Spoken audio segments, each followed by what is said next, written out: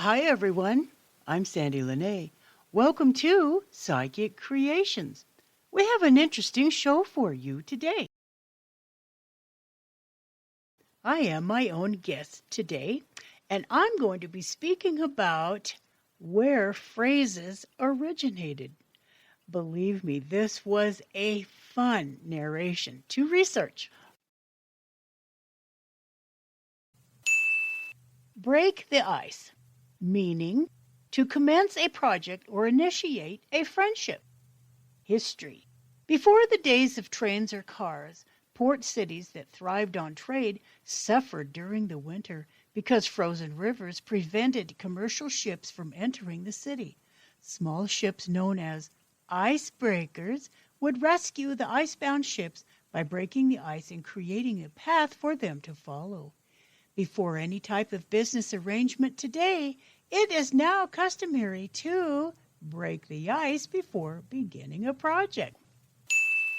To butter someone up, meaning to flatter someone. History. An ancient Indian custom involved throwing balls of clarified butter at statues of the gods to seek favor.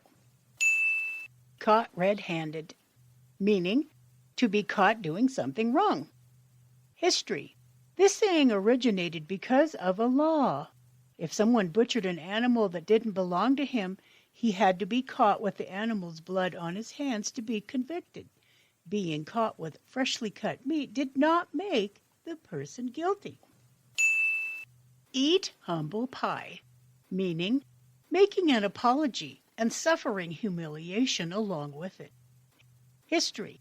During the Middle Ages, the lord of a manor would hold a feast after hunting. He would receive the finest cut of meat at the feast, but those of a lower standing were served a pie filled with the entrails and innards known as umbles. Therefore, receiving umble pie was considered humiliating because it informed others in attendance of the guest's lower status. Give the cold shoulder, meaning a rude way of telling someone he isn't welcome or to ignore someone. History. Although giving someone the cold shoulder is considered rude today, it was actually regarded as a polite gesture in medieval England. After a feast, the host would let his guests know it was time to leave by giving them a cold piece of meat from the shoulder of beef, mutton, or pork. Jaywalker, meaning one who crosses the street in a reckless or illegal manner. History. Jaybirds that traveled outside of the forest into urban areas often became confused and unaware of the potential dangers in the city, like traffic. Amused by their erratic behavior, people began using the term jaywalker to describe someone who crossed the street irresponsibly. Let your hair down, meaning to relax or be at ease. History. Parisian nobles risked condemnation from their peers if they appeared in public without an elaborate hairdo. Some of the more intricate styles required hours of work, so of course it was a relaxing ritual for those aristocrats to come home at the end of a long day and let their hair down. More than you can shake a stick at, meaning having more of something than you need. History. Farmers controlled their sheep by shaking their staffs to indicate where the animals should go. When farmers had more sheep than they could control, it was said they had more than they can shake a stick at. No spring chicken, meaning someone who is past their prime. History. New England chicken farmers generally sold chickens in the spring, so the chickens born in the springtime yielded better earnings than the chickens that survived the winter. Sometimes farmers tried to sell old birds for the price of a new spring chicken. Clever buyers complained that the fowl was no spring chicken, and the term came to represent anyone past their prime.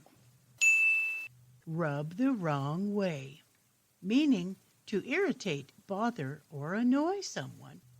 History. In colonial America, servants were required to wet rub and dry rub the oak board floors each week. Doing it against the grain caused streaks to form, making the wood look awful and irritating to the homeowner. Here is a phrase that is a little bit macabre, but no less interesting. Saved by the bell, meaning rescued from an unwanted situation. History. As scary as it sounds, being buried alive was once a common occurrence. People who feared succumbing to such a fate were buried in special coffins that connected to a bell above the ground.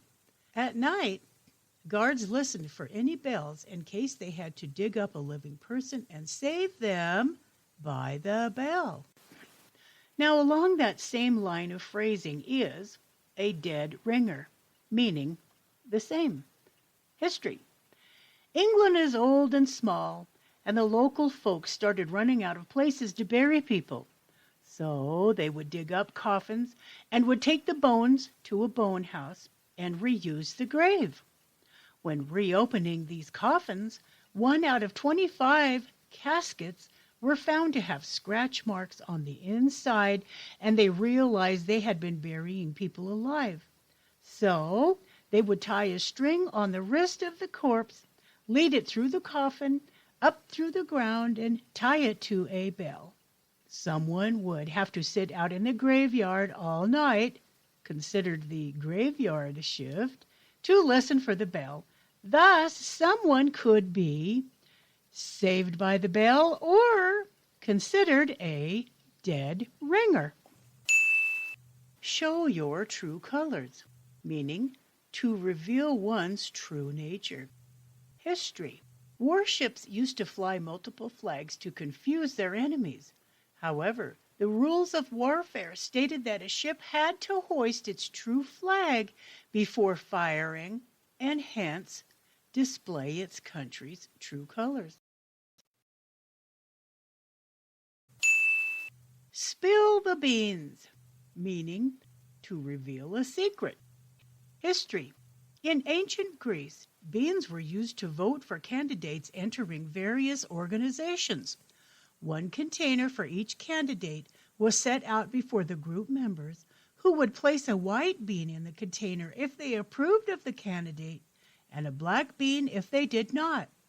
Sometimes a clumsy voter would accidentally knock over the jar, revealing all of the beans and allowing everyone to see the otherwise confidential votes. Waking up on the wrong side of the bed, meaning waking up in a bad mood. History. The left side of the body, or anything having to do with the left side, was often associated with something sinister. To ward off evil, innkeepers made sure the left side of the bed was pushed against the wall, so guests had no other option but to get up on the right side of the bed. Let the cat out of the bag, meaning to reveal a secret. History. Letting the cat out of the bag finds its roots in 18th century street fraud. Suckling pigs were often sold in bags, and a popular scheme was to replace the pig with the cat and sell it to an unwitting victim. Don't look a gift horse in the mouth, meaning don't question a gift given to you. History. Horses' gums recede with age, leading to longer teeth. A common way to inspect a horse's worth is to check its mouth, hence the phrase. Receiving a horse as a gift and immediately inspecting its value was considered offensive, much like inquiring about the worth of a present today is rude. You're pulling my leg, meaning to tease someone or jokingly lie to them. History. Pulling one's leg actually has sinister origins, rooted in the criminal world of the 18th century. Street thieves would literally pull victims down by their legs in order to more easily rob them. Eating crow, meaning to admit fault or be proved wrong after taking a strong position. History. The Bible lists crow as unfit for eating, and along with buzzards and rats, it was actually illegal to eat crow in the Middle Ages.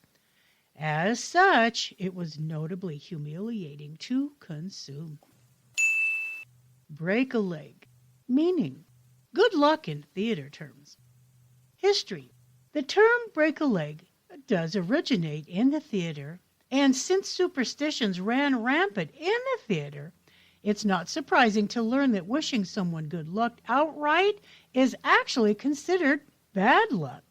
Instead, it was more suitable to wish ill will on someone before a performance, since the opposite was supposed to occur. Can't hold a candle to, meaning to not be as good as something or someone else. History. Before electricity, workers needed a second set of hands to hold a candle for them. Holding a candle was clearly a less challenging job, so someone who isn't even qualified to provide light to a competent worker obviously wouldn't be able to perform the task himself. Dressed to the nines, meaning to dress exceptionally well. History. There's no concrete consensus on the origin of dressing to the nines, but the most popular theory comes from the fact that the very best suits used a full 9 yards of fabric. Don't count your chickens before they're hatched, meaning don't think you have more than what you might actually have. History. The short answer is that Aesop said it. He wrote of a young milkmaid balancing a pail on her head. The girl thought, "The milk in this pail will provide me with cream, which I will make into butter, which I will sell in the market, and buy a dozen eggs, which will hatch into chickens, which will lay more eggs, and soon I shall have a large poultry yard. I'll sell some of the fowls and buy myself a handsome new gown and go to the fair, and when the young fellows try to make love to me, I'll toss my head and pass them by." At that moment the girl tossed her head and lost the pail of milk. Her mother admonished, "Don't count your chickens before they're hatched." Close but no cigar, meaning it refers to coming close to a goal but falling short. History.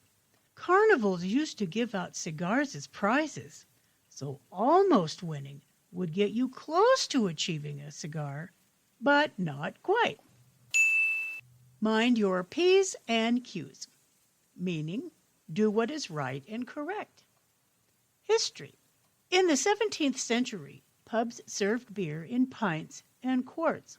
If a patron was getting unruly, the bartender might warn them to mind their P's and Q's. Now the term simply means to mind your manners, drunk or not. A square meal, meaning being honest. History. Nobody actually knows where this idiom came from, though the Royal Navy did serve meals on square plates at one time. Another idea is more linguistic in nature. The use of square to mean honest and straightforward goes back to at least the 16th century, which makes sense as square meal refers to a healthy, hearty dinner. On the straight and narrow, meaning to act and behave correctly. History. Today it means to generally stay out of trouble, but the original phrase is actually biblical in origin. Matthew 7:13-14 described the gates to heaven as straight and the way to eternal life as narrow. 3 sheets to the wind, meaning being drunk. History. Sailors had a lot of terms for being drunk, and they were all related to the ship. Being tipsy was a sheet in the wind's eye, and being hammered was a full 3 sheets to the wind. The sheets in question were actually the ropes that held down the sails, so if all 3 ropes were loose, the sails would billow about like a drunken sailor. The walls have ears, meaning be careful what you say as people may be eavesdropping. History. The Face Louvre Palace in France was believed to have a network of listening tubes so that it would be possible to hear everything that was said in different rooms. People say that this is how the Queen Catherine de' Medici discovered political secrets and plots. Bury the hatchet, meaning end of a quarrel or conflict and become friendly. History. During negotiations between Puritans and Native Americans, men would bury all of their weapons, making them inaccessible. Cold feet, meaning loss of nerve or confidence. History. This idiom originates from a military term. Warriors who had frozen feet were not able to rush into battle. Bigwig, meaning an important person, especially in a particular sphere. History. Back in the 18th century, the most important political figures would wear the biggest wigs. Hence, today, influential people are called bigwigs. Barking up the wrong tree, meaning be pursuing a mistaken or misguided line of thought or course of action. History. This phrase refers to hunting dogs who chase their prey up a tree. Once it climbed the tree, the dogs bark at them. Yet sometimes the dog would continue barking even if the prey was no longer there.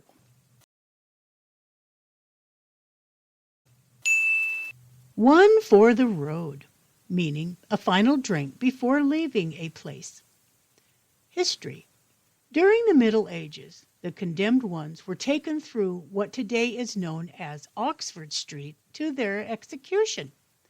During this final trip, the cart would stop and they would be allowed to have one final drink before their death.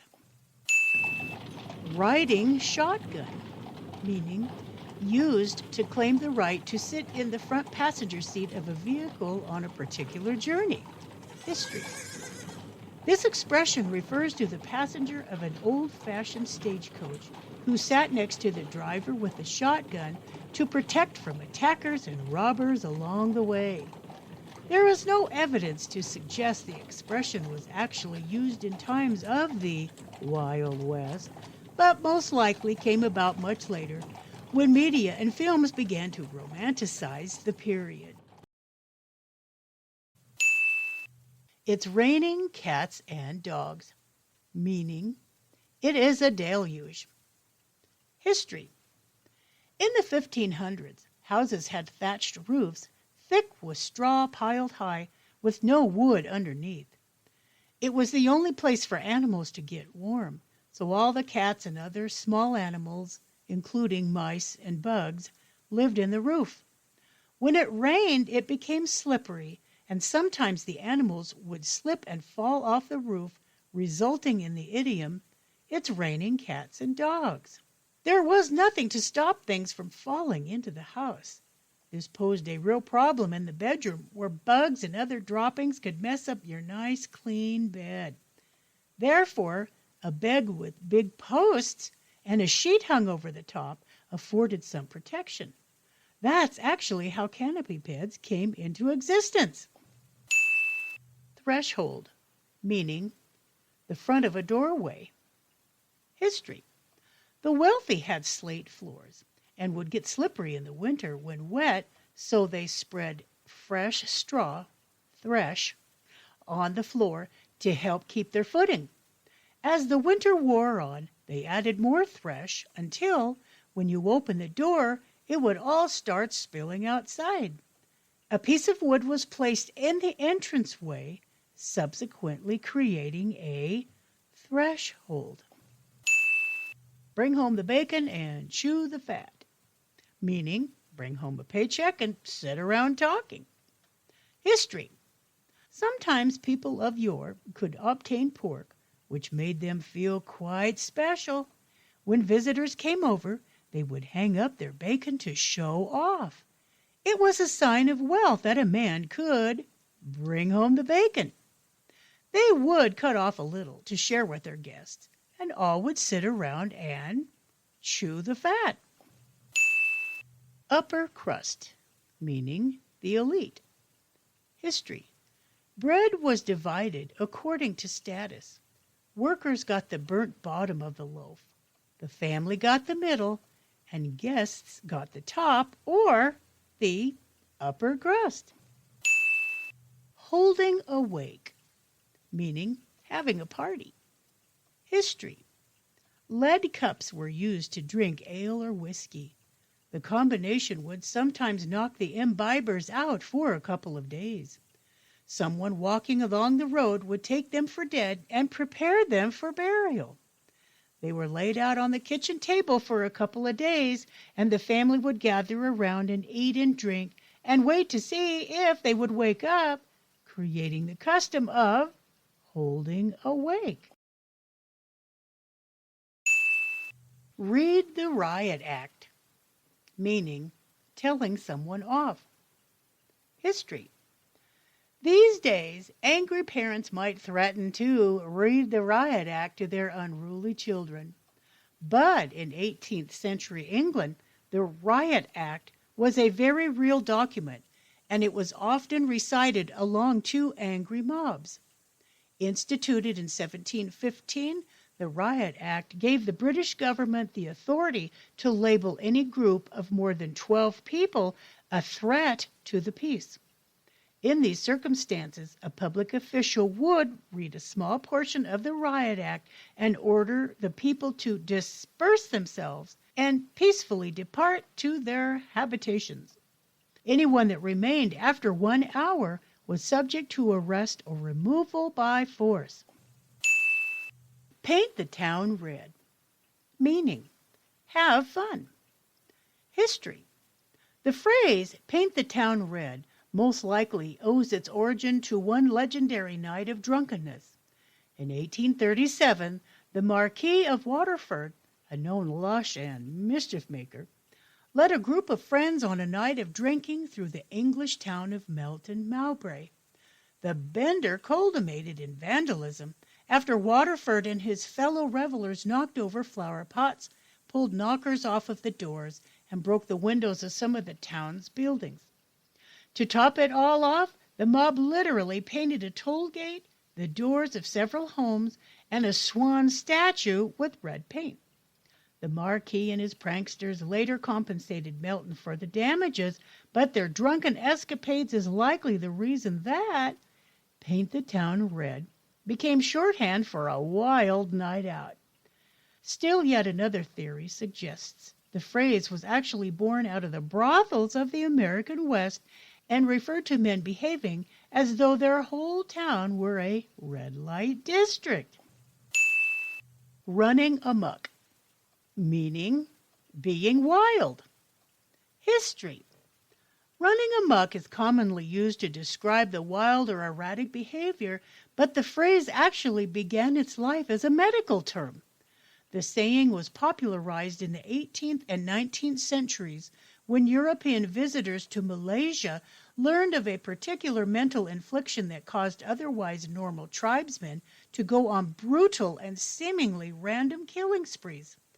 Amok, derived from the Amuko, a band of Javanese and Malay warriors who were known for their penchant for indiscriminate violence, was initially a source of morbid fascination for Westerners.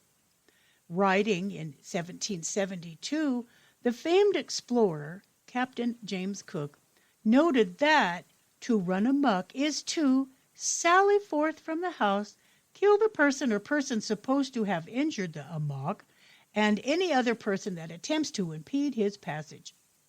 Once thought to be the result of possession by evil spirits, the phenomenon later found its way into psychiatric manuals. It remains a diagnosable mental condition to this day. The third degree, meaning interrogation. History. There are several tales about the origin of the third degree, a saying commonly used for long or arduous interrogations. One theory argues the phrase relates to the various degrees of murder in the criminal code. Yet another credits it to Thomas F. Burns, a 19th century New York City policeman who used the pun, third-degree burns, when describing his hard-nosed questioning style. In truth, the saying is more likely derived from the Freemasons, a centuries-old fraternity organization whose members undergo rigorous questioning and examinations before becoming third-degree members or master masons. Bite the bullet, meaning accepting something difficult or unpleasant. History. There was no time to administer anesthesia before emergency surgery during battle. The surgeon made patients bite down on a bullet in an attempt to distract them from the pain. Put a sock in it, meaning stop talking. History. In the late 19th century, people would use woolen socks to stuff the horns of their gramophones or record players to lower the sounds, since these machines had no volume controllers. Steal one's thunder, meaning win praise for oneself by preempting someone else's attempt to impress. History. You think that you've done something awesome and unique, but someone just got in there first and took your credit. Spare a thought for playwright John Dennis, who, back in the 18th century, made a machine that could nicely mimic the sound of thunder for his play. Sadly, his play wasn't a success, but somebody had taken note of his clever invention. When, later on in another theater, Dennis found someone had copied his thunder machine and was using it without credit, he got really mad. Somebody had stolen his thunder. Get one's goat, meaning irritate someone. History. During horse racing, some horses would get anxious, so owners would place goats in the stalls with them to calm them down. Rival horse owners would sometimes steal these goats, therefore upsetting the horse and making it more likely to lose. Cold on the carpet, meaning being severely reprimanded by someone in authority. History. Like many idioms, the precise origin of this one is not entirely certain. While nowadays, the expression is used to refer to a reprimand, originating from the days when a servant was called from their bare-floored quarters to get an ear-bashing from the boss in carpeted opulence. There is an alternative theory to this origin. The word carpet used to refer to thick cloth that could be placed anywhere, often on a table. Therefore, on the carpet used to mean that an issue was on the table or up for discussion. The whole 9 yards, meaning to do everything that is possible or available. History. During World War II, pilots would have a 9-yard chain of ammunition. When a fighter pilot used all of their ammunition on one target, they would give the whole 9 yards. Well, viewers, this concludes the show for today. It is always fun to learn about the interesting origins of our common applications. I want to thank all of you viewers for your interest in this program. If you would like to be a guest on my program, you can contact me at admin@sandypsychicstones.com. Again, thank you for watching, and we'll see you next show.